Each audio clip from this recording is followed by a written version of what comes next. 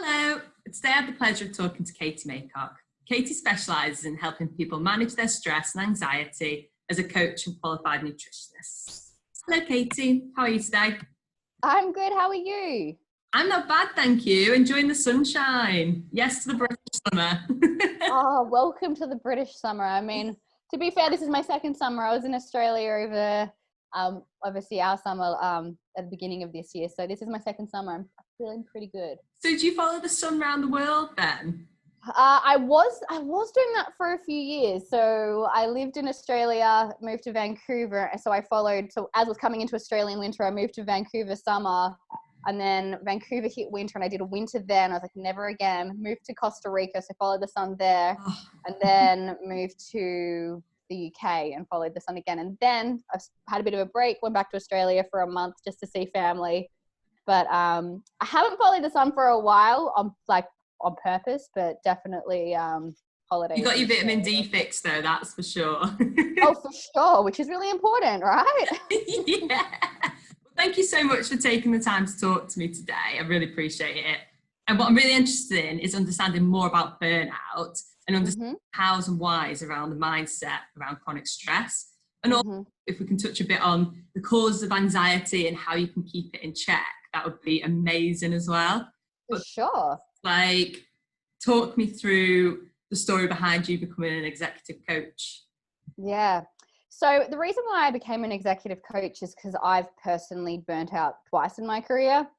And it was not because I hated my job. It was nothing to do with I was overworked or anything like that. It wasn't the pressure of other people putting it on me. It was actually the pressure I put on myself. So I based my career on stress, and I use stress as a fuel to get me from A to B to be successful. So the first time I burnt out was my first stint in recruitment. So prior to recruitment, I was working in my own business as a nutritionist. Just to give a bit of a more background about myself, is I'm one of those people that if I do something, I'm going to do it properly, and I'm probably going to try and overachieve that. So to give an example of that, I did a double degree, and while I was doing my double degree, I set up my first business because I thought it was a really great idea. So that kind of mentality has kind of followed me through. And then I went into recruitment when I was around 23, and I was baby-faced. I was the youngest person in the office. And a lot of people in recruitment in the first year or so failed. And everyone was telling me that. It's like, don't worry if you don't succeed in the first year. And, you know, most people don't make placements in their first few months. So like, don't stress about it. And then I heard that people had bets that I wasn't going to be successful. So in my head, I was like, oh no, I've got to be successful. I've got to do it. So I started putting all this pressure on myself to be successful. Now, that's completely fine because I ended up being successful and I ended up achieving goals in my first few months of recruitment. I placed 4 people, which is pretty good. And you know, a lot of people hadn't done that. And so for me, I was getting rewarded from working from stress. So I kept on going, well, if I keep tapping into this stress, it was subconscious at the time, I can be successful. But the problem with that is it was the impact that it had on my body. And that was what really slowed me down. It wasn't so much my mindset, it was actually my body that gave up first.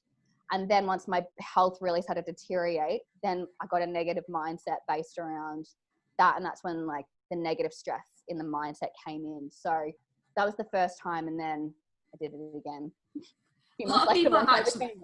It's funny because a lot of people I've spoken to recently, especially now it being a really challenging time, have found that they up the intensity, but aren't seeing results, and then are pushing and pushing again. And it's like a spiral. Is that like a common situation that you've seen recently with people? What happens? Yeah, well, you've got to look at lockdown in different ways as well. So every few weeks there was like a different stage in stress. So like the first stage of lockdown of the you know, I work with business owners and CEOs. So that the first few weeks was just, you know, work really hard, kind of that fight or flight, got to survive, got to make sure that I'm pivoting. I've got to really make sure that my business gets through this and coming up with new business plans. And then it was executing that, kind of living in that for a little bit. And then it was kind of, you know, we're only going to be in lockdown for 4 weeks. And then it just kept on going. And so people tried to keep going at that intensity. then it became exhausting. And then don't forget, we're also on Zoom, which also is quite energy draining at the same time. And then there was, when is this going to end kind of mentality, and what are we looking at the end of it? So it's really interesting to see the stages of burnout during this time. And I would say a lot of people are battling it right now, definitely from people I've spoken to recently. So what would the first triggers and signs of burnout be? Like, what are the most common things that people would be like, yeah, I'm on a spiral here? Is it that they keep pushing and pushing and they're not seeing anything and results are getting worse? So it's really interesting. I talk about burnout as burnout's a destination, there's a journey all before that. So usually the first stages, so I talk about it in 6 stages. So the first stage is usually that excitement, like I'm going to get this done. You're really motivated towards a goal. And it's kind of like tunnel vision. And you keep using that intensity to get that. You've probably got some success behind you. But then things start to kind of, you kind of start to peter off, and maybe the success isn't as much as you want. But the other thing is as well, which a lot of people can probably relate to, is once you've gotten to one milestone of success, you keep upping the ante. And so maybe you can't keep at that same pace and you start getting tired. So what you end up doing is pushing a little harder, and you keep trying to push harder and harder. And then you end up getting a bit, the first usual signs is the fatigue, and you probably do become a bit cynical towards your job and to what you're doing. It's like, can I do this? Why am I doing this? What's going on? And so there's a lot of self-talk there. But physically, for a lot of people, it's the physical aspects that they ignore, that they shouldn't ignore. It's the insomnia, it's the stress, it's finding that you're a bit more frustrated and angry than what you normally would be, changes in weight, changes in energy level, change in the quality of sleep that you have. You might not be suffering from insomnia, but you might be waking up really tired. Changes to your digestion is another huge one. So I talk a lot about digestion and what I do. Yeah. But there's definitely warning signs, and what I tell people, especially when it comes to burnout, is really start understanding what your body's telling you, because it's going to give you those warning signs to be like, hey, I'm not coping, slow down a bit. 100%. I think that sleep's a massive one for me. When I get stressed, I find sleep just goes out the window. I feel tired, but I just can't sleep. It's ridiculous, really. Yep. I'm an ex-insomniac, so I know what that feels like. I know it's like I'm so tired, but it's like you're tired throughout the day, and then you go to bed, and then it's like you're wide awake. And like, oh, why is this so annoying? I just want to go to sleep. So yeah. It is, and it's like, why is this happening to me? I don't understand. And I suppose nutrition play a big factor in helping relieve stress, would you say? I would say nutrition, that's an interesting one. So when I first burnt out, I was suffering really dramatically from digestive health issues. Like, I seriously spent around 30,000 Australian dollars trying to figure out what's wrong with my stomach. Wow. I was also suffering from other health issues, but the digestion was the worst. Like, that was honestly the biggest pain point for me at the time. And I was looking at diet as in, can diet alleviate my stress? Can diet fix everything? Now, what's really interesting with stress and anxiety, it's kind of like a catch-22, because when you're stressed and anxious, it really changes the way you digest food, which can then increase the likelihood of IBS, allergies, intolerances, leaky gut syndrome, all of that kind of stuff, which have a whole slew of other issues. And then what ends up happening is if your digestion isn't working very well, it actually ends up increasing the likelihood of depression and anxiety. So it's this negative feedback loop. So if you're stressed out, you damage your digestion, and your digestion's damaged, and it increases the anxiety and depression. And there's a lot of new research coming out of that. So I always tell people you've got to manage both of them, because you can't fix your anxiety and your stress with just diet, but you need to have the diet component in there to help manage stress as well. So it's kind of like a catch-22. You got to do both. Yeah, no, like I found when I was swimming that I basically had a period of time leading up to one of the Olympic Games that I swam in. It was the Home Olympic Games in London. And I was just, after meals, I was just being sick, and I didn't know why I was being sick. And I didn't have any like bulimia or anything like that. Like, I liked my food. It was just occasionally I'd be like, oh, I just have to be sick. Went to the doctors. I thought it was like an underlying problem because I'd had really ill in Delhi, so didn't know whether it was still a bug or what. So went to the doctors, had all kinds of prodding and poking around inside, which was never fun. And they came back, nothing. There's nothing up with me. So I was like, why am I just randomly throwing up? And this was the whole year leading up to the London Olympic Games. And subsequently, I'm pretty sure it was that I was anxious about what I was going to have to do at some point, because it was always in my mind, always in the back of my mind was, the games are coming up, there are home games, oh my gosh, there's all this pressure. I don't think I took it all on board at the time and really understood how I was feeling, and that I had put all that pressure on myself, which then created the stress. What's your thoughts on pressures? So it's really interesting. I look at individuals as different, and I think everyone's like, well, so-and-so can do it. Like Joe Bloggs down the road works really well under pressure, so like I should work well under pressure too. My look at pressure and pressure and definitely stress is understanding where your limitations are. I don't think it's necessarily a negative to feel pressure, because especially if it's driving you forward. Where it becomes a problem is if it's consistent, long-term, and it's unmanageable for where you are at. Short-term pressure and short-term stress isn't necessarily a bad thing. It's when it becomes long-term and chronic, and when it turns into that level, as well as the kind of pressure and the stress that isn't where your limitations are. I do believe in pushing yourself. I do believe in trying to reach to the next level. But where your next level is and where someone else's next level is very different. We all have to understand where we are at and how we manage our situations. And I think one of the biggest problems that we have, especially when it comes to stress, is we always comparing ourselves to other people. Stress has become such a societal norm, and being successful has become such a huge pivotal point in business and sports and just in everyday life, that we forget that stress does come with that. And you know, when you talk to a friend, just think about it. When you see them, you're like, hey, how are you? It's like, oh, I'm so busy. You know, like how many times has someone said that to you? It's just become so normal. And so at the end of the day, it's understanding it's not normal, and understanding where our limitations are and how can we actually utilize good stress for the short-term periods, and actually not fall into the trap of using it and turning it into chronic stress, which is always the trick. So it's like a lot of the people that I've spoken to have said that they use exercise really as their like to decompress, to kind of everything out that they've done. But some exercise actually is quite intense on your body. So say a barrister that I was talking to, he does Barry's boot camps with me at 6 a.m. on like a Monday, Wednesday, Friday morning. Surely that's not then impacting in a good way, or is it? I don't know. You know what? It's so hard, because you've obviously got to look at different stresses. You've got psychological stress, emotional stress, and then you've got physical stress. And if you have like a perfect storm of all three, it is going to cause your body a lot of damage. So when I was really stressed out and I burnt out, I was going to the gym 6 days a week. I was doing high intense interval training. I was lifting weights, all that kind of jazz. And it was so damaging to my body, because my body couldn't really like recuperate. And if you think about it, you're increasing stress levels, you're increasing cortisol and things like that. Whereas exercise can be good, because when you increase endorphins, technically the endorphins are meant to lower the cortisol and the adrenaline levels.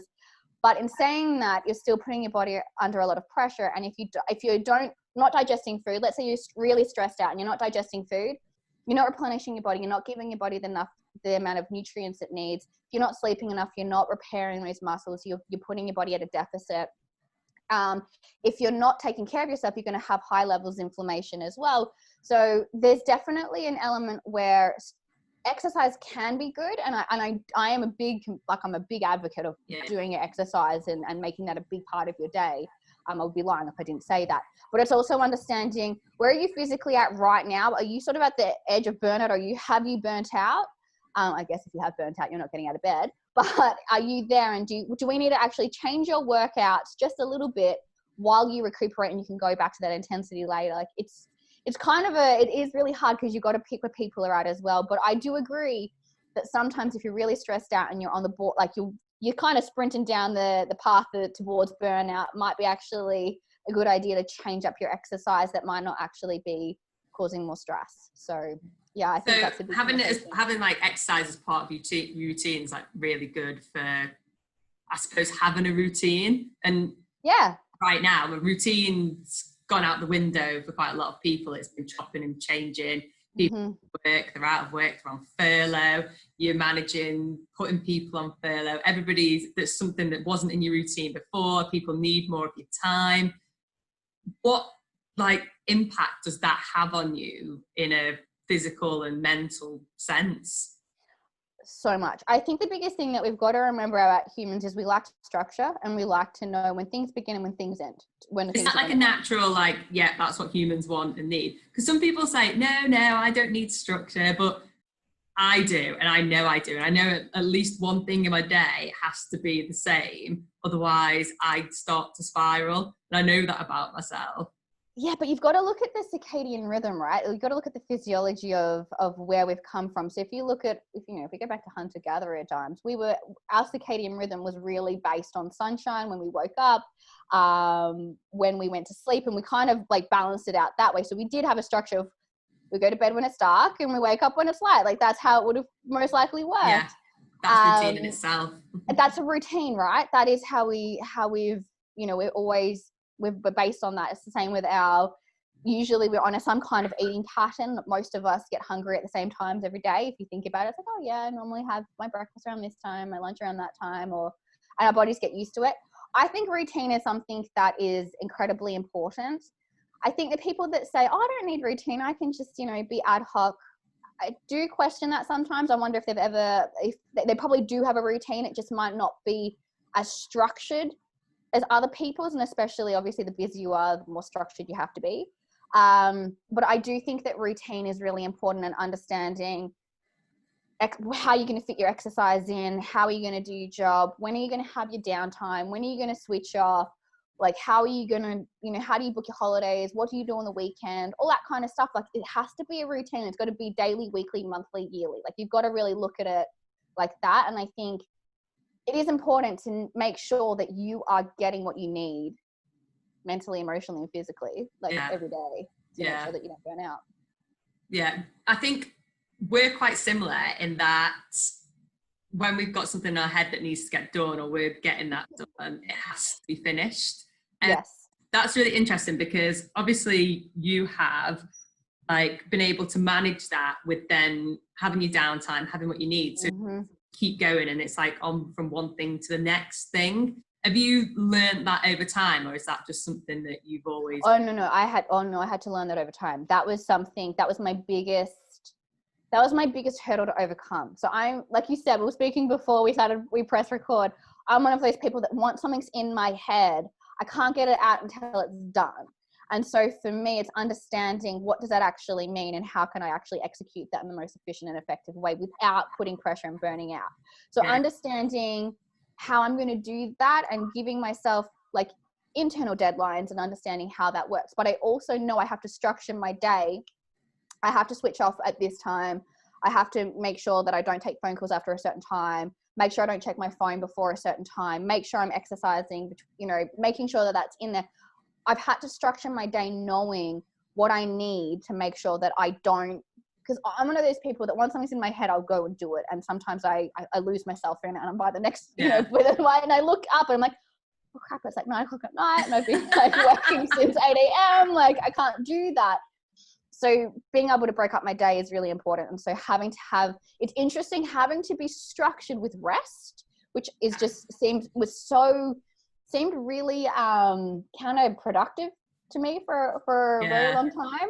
But then when I understood why it's really important for the mental health, for the physical health, and for the emotional health at the end of the day as well, I understood that if I didn't put rest in there and downtime, I would absolutely burn out, and that would mean that I could be out of the game for months, which is just, that's counterproductive at the end of the day. You might have got that one thing done, but then it's kind of, well, the next thing's not going to get done because I haven't given myself the right amount of time to refocus and be in a good place to go again.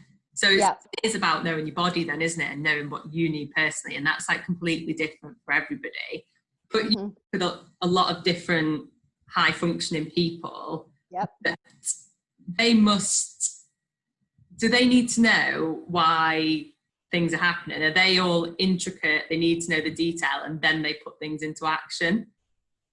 So I'm all about why I'm telling you to do something. So if I just say, hey, Fran, I need you to eat this diet, and I give you no context and I don't tell you why or how it's going to benefit you, just like, yeah, okay, I can see the benefit of it maybe, but yeah, but you're not going to be really like sold on it. So with all my CEOs, like getting them to like understand why we're doing what we're doing is so important, because if they don't understand the why, they won't do it, and they won't understand and they won't see the benefits. And so a lot of the guys that I work with have come to me because they've either burnt out or they're worried they're about to burn out, or they're suffering from a health issue. And like, can you reverse this? Like, can you tell me what the heck's going on? So usually they come to me for a health issue first. And obviously when you have a health issue, you have to work on mindset and their business at the end of the day. But giving them the reasons why is so important. It's like if you're a leader of any business, if you don't tell your staff why you're doing something, it's really hard for them to get behind you. So I think it's my CEOs. Yeah, that's so true. And is there any common traits that they kind of all have in common that you think, yeah, this is why you're where you are, this is why you're under the pressure, this is why you're ended up being this stressed out? Mm-hmm. Most of them, they feel like they have to do everything, like they're in charge of everything. And the weirdest thing is they are, like, if you're CEO of a company, you are in charge of all the people that are underneath you, whether it's 50 people, 200 people, 1,000 people, you are in charge of them. But it's understanding you being in charge of them and you having to do everything are two very different things. So understanding how you can alleviate stress, and also understanding what in your job is actually causing you to be stressed, taking you away from downtime, and how could you restructure that in a different way. So a lot of them try to do everything, and they're like, but I'm in charge of everything, I'm a leader of the business. Like, yeah, but you've got to learn how to delegate more effectively, you've got to learn to let go a little bit more, and at the educating the senior management underneath you to also step up and empowering them as well. So that seems to be a common theme with the people that I work with. A lot of them, a big thing is like, I didn't really understand that I needed rest. Like, I don't have time is a massive one I hear. It's like, I don't have time to do that, I don't have time to do that, and like kind of tweaking their days. And so sometimes it's like, I just need you to do 5 minutes different. That's all you need to do. Give me this 5 minutes and just do this in that 5 minutes. And that's all I want you to do. And then they see that benefit, and then it's building from that. But, that seems to be the common one. It's like, I don't have time for this, or I have to do everything. Yeah, it's funny, isn't it? Because when it comes to your personal health, it's probably one of the most important things, but you always like put it last. Like, it's always the first thing to drop off when you get busy. I was actually talking about that today with a client. I was like, the first thing that usually drops off when you're busy or stressed is your diet and your exercise, because you're like, I don't have time, I'll do it later. You always have the excuses like, oh, I'll do it later, but you have to be really disciplined to go, no, I have to put my health and my health and my exercise first, because if you don't, you're not going to be the best leader that you can be. I always say, like, my favorite quote is human first, business second, because if you are not the best version of yourself and you take that into work, you're not going to be the best leader that you can be, the best employee, the best manager, whatever you are doing in your job. Or even if you're in a sports team, right? If you are not feeling the best, you're not going to be the best for your team. So it impacts everybody. Absolutely. Yeah. So you have to be putting your health and your mindset first before you can really focus on business. Yeah, it's funny because as a sports person, you're all about what your body's doing, how it's functioning, but you always tend to go past the point of where you should, and you push yourself, and then you're gone and you're injured, and you're like, how have I got here? This is ridiculous. I shouldn't be here. I feel like there's a mentality that people think that pushing yourself too hard means that you're going to be successful, and you've got to, and it's kind of like a badge of honor in a way. I push myself harder than anybody else, but when I got to the back end of my career, I was actually doing something faster but doing less, if that makes sense. So I was training smarter, everything I was doing was with purpose, and it was what I needed to do, not just doing it because the person in the lane next to me is doing 2100s freestyle, so I need to do 30. That was like that mindset in my last 4 years when I had my best years. It was completely reversed into even to the point where we used to, if we were sick, if we had a cold or something, like over winter, when you're a swimmer, you're getting out the pool. In the UK, it's freezing cold when you get out of the pool in winter. So you got your bubble hat on. Like I was training at Loughborough, so got fresh as flu like every year. And you'd train through it pretty much. Yeah. You're sick and you carry on training. And that just set me even further back. Like when I actually got sick in the last couple of years, I was like, right, we had this 3-day rule. If you were ill or felt ill, straight away, it's like, take 3 days off. And the coach was so good about it. He was the one that implemented it. He's like, yeah, take 3 days off. It's not going to benefit you being here at all. It's going to knock you back even further. You'll probably end up being sicker for longer if you carry on going through it. So take 3 days. It was a 3-day rule. Yeah. And you know what? I love that because, I mean, for me, I didn't do professional sports or anything like that. But when I was working, I would go to work and I would have the shingles. I would be severely unwell, like really, really just not your normal cold or flu. It'd be something that would really knock me for 6. And I would still try and push through it. But by the end of it, I've prolonged my illness. I've taken longer to recover. And I'm probably angry and frustrated because instead of being out for like 3 days or a week, I'm out for a month. It's like, that is so annoying. So being able to... I feel like that's like the mindset of somebody that is competitive and wants to achieve things, is that generally you get yourself to that point and I get frustrated for being at that point. And for me, it definitely took a long time to learn that that was not the best way at all to do it.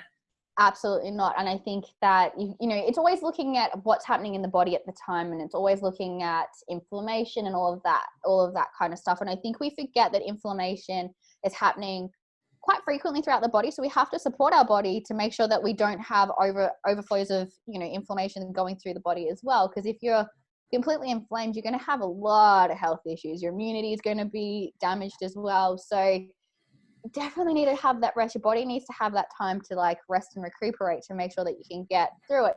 And the other thing is as well, when you're sick or when you're working from a place of stress and you kind of go over the threshold, your decision-making skills plummet. It's really difficult to see clearly. You end up not being as pragmatic.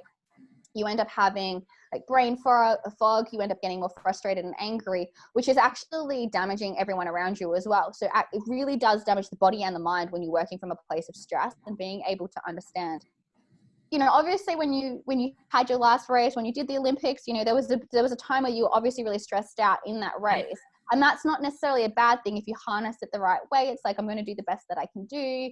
I've done everything that I can. I'm excited, and kind of reframing the nervousness into excitement.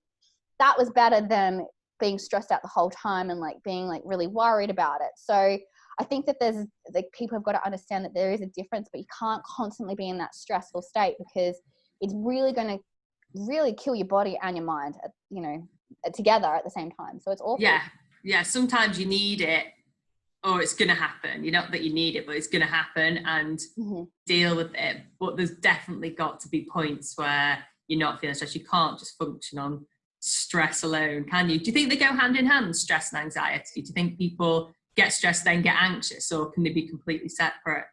Yes, so they can. So I'm going to just break down what the difference between stress and anxiety is, because I think a lot of people do get that confused. I know I'm kind of guilty of putting the two together sometimes.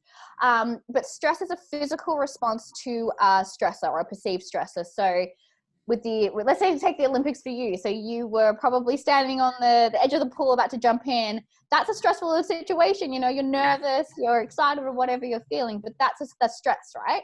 That's fight or flight mode, yeah. That's fight or flight. So then you go for your swim, you come back out, that stressor has been removed, you go back into a state of calm, and you're like, oh, I'm so glad that's over. Like and that stress has been removed, and you go back into the opposite of fight or flight, which is rest and digest.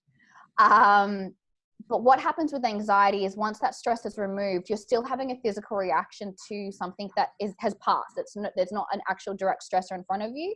So you can't really pinpoint it. So you're constantly having, you know, a stressful reaction. You're having the same physiological reaction to something that's not there. And that's the difference between anxiety. So a lot of the time stress can cause anxiety, and chronic stress does cause anxiety, because you're kind of rewiring the body to be stressed during times when it probably shouldn't be stressed. It's like, I'm laying in bed and I'm feeling stressed out. This doesn't make sense, because you're thinking about something. So that's the difference between stress and anxiety, and they can go hand in hand. I'm not saying that if you feel stressed, you're going to become anxious, but if you don't manage the stress or mitigate the stress, you are more likely to become anxious, which comes a whole slew of other issues.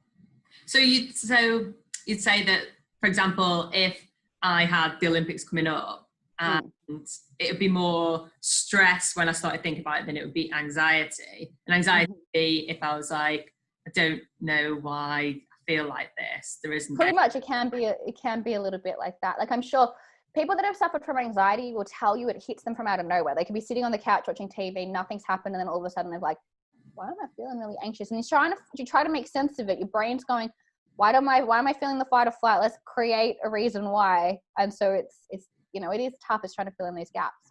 So is that what you try and help people to get to the bottom of, why they're having these anxious feelings? Or is it more is there more of a remedy for anxiety as a whole? So what I do is typically looking at what is stress doing to the body and how do we mitigate that. Anxiety, I talk about anxiety obviously because that is actually a really big thing, because a lot of times when I'm working with people, they've got chronic stress and they're a bit anxious about things. But a lot of the times it's understanding. What I like to tell people is the physiology of stress. Like, what is it doing to the body? Because I think that we all know what's happening to the mind. We get that part, but what's happening to the body and how can we manage it? And when I'm feeling stressed out and I'm feeling anxious, what are some of the steps that I can do to mitigate that? And the more that we mitigate that and sort of get back into rational thinking, so fight or flight, into sort of the more neocortex, program part of the brain, it actually helps us understand the situation. It's like, oh, okay, cool. Like, maybe my emotions are hijacking me. Like maybe I'm, maybe this isn't, maybe there is something else going on here, and being able to look at it in a more of a pragmatic way rather than feeling really stressed out and then sort of feeding it. That's the other problem, right? When you feel a bit stressed out, you look at you can fall down the what if rabbit hole. Yeah. So it's like you might feel stressed out and it's like, oh, but what if this happens? And what if this happens? And you end up reacting to something that's not even in front of you. You created a story that doesn't necessarily exist. So getting into more of a logical mindset. Yeah, that's what I do. Logically. It's hard to do though, isn't it? Right? When your emotions take over, and they're always the first things to take over in any situation, aren't they? You first of all this emotion, and then you kind of I have to definitely come round to my logical mindset and think, right, okay, no, Fran, that's not you, that's not who you want to be, that's just your emotions. This is who you want to be. This is how you want to do it. So, and I'm like, okay. And I've kind of got to talk myself round. That's how I talk my emotions round to being on the same page as me. And you've got to do that, right? And for some people, they don't know that they're getting hijacked. They don't know that their emotions are just running the show, and understanding that, a lot of the times when we talk about emotions, we don't want to say that they're good or bad. They are what they are. They're going to come and go as they please. Yeah. We can't typically control them, and sometimes they're logical and sometimes they're not logical. So we've got to just own that they are what they are, and there's no reason to say they're good or bad. It's actually how we behave from those emotions that's really important. So understanding, if did I want to behave like that? Actually, no, I don't want to be doing that. So let's look at a different way that we can look at that. But it is talking your way out of the sort of the fight or flight emotional part of the brain and getting into that neocortex, and how do we actually do that? And I talk a lot about, how can we change the physiology of the body during the time when you're feeling really stressed out? So like breathing exercises, how can you remove yourself from the situation? And can you actually try and own a bit of that situation and understand how you can get from that really stressful response into more of the neocortex, understanding and being able to action appropriately rather than kind of sticking in that negative feedback loop. Yeah. Sometimes I found though, when I was swimming, that my kind of fight or flight mode was always fight, but then I got really positive, but sometimes the emotions positively could have been just as detrimental as the negative emotions, because I'd be like, yeah, I can do this, this is amazing, woo, go Fran, yeah. And then I'd get in and swim and my little arms would be going 3 times as fast as the person next to me. I wouldn't be catching any water and I wouldn't swim anywhere near as fast. I'd be like, emotions in either direction cause your body to go in and out of sync, don't they? So being in complete logical helps in a sporting perspective, and I assume it helps with any decisions you have to make from a business perspective. Oh my gosh, I tell every single one of my clients, everyone that most of them are pretty good at this anyway. I'm like, never make a decision when you're really excited or really like anxious or angry or frustrated. Don't work from that. If you get really excited from a decision, you've got to take a step back. And I know it might seem really cool and all of that, but take a step back and say, these are my emotions.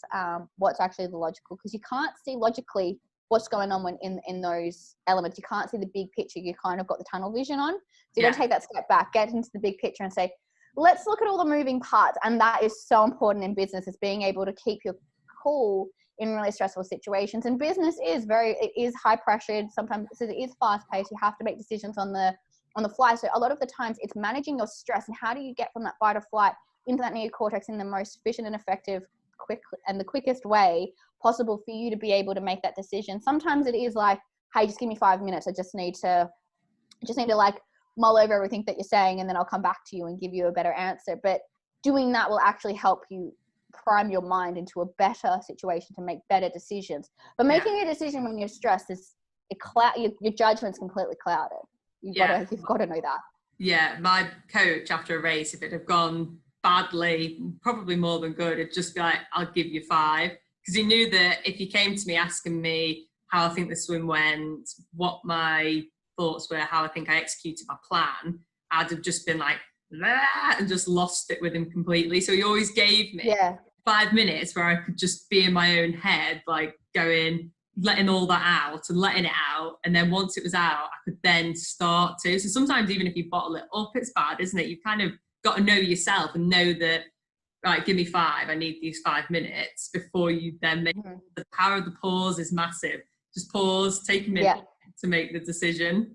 100%. Absolutely. And I think one of the biggest things, so I work with a lot of men CEOs, male CEOs, and they typically bottle their emotions. And I was like, no, you got to let them out. Like, you got to let them out in a safe place, in a safe place. Like, obviously don't do it towards other people, because bottling it is definitely going to have a huge impact on your health as well. I always say, if you swallow your emotions, it's going to come out in a digestive issue. So, don't want that.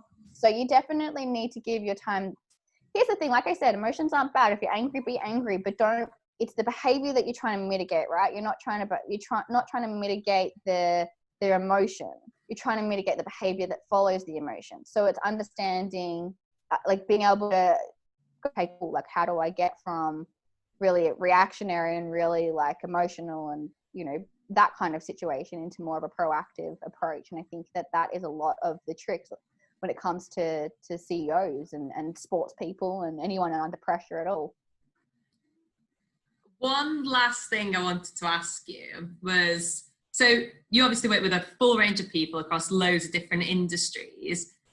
What would you say is a soft skill? So I'm all about soft skills, like being an athlete. My skills are all based around not a specific thing that I've been learned or taught. It's all about communication or listening, that kind of stuff. What would you say that they all do really well that has got them to where they've got to in their roles?